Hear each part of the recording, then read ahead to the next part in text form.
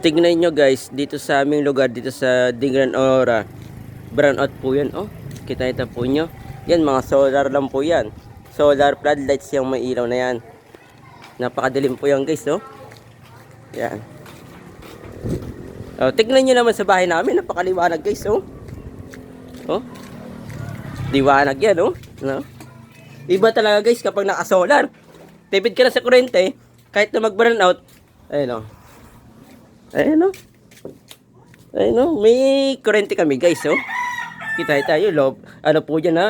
Walang ilaw sa kapitbahay po namin sa tito, oh. Oh, electric fan. Nagana siya guys, oh. TV, Wi-Fi. Oh. Ayun, oh, nakabukas na po yan. Hindi pa po namin binubuksan yung iba dyan. Pero pwede pong pagsabay-sabay pa yung lahat. Tingnan nyo naman, ito lang yung small setup namin guys. Ayan, hindi pa yan. Ganyan yung battery namin, dagdagan pa po yan. Hindi pa dumadating yung BMS yung. Sorry talaga guys kapag naka-solar.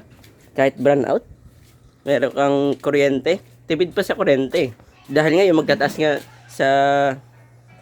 sa bill daw. Kasi nga, dahil po sa gera, makakatipid po kami kasi naka-solar po kami.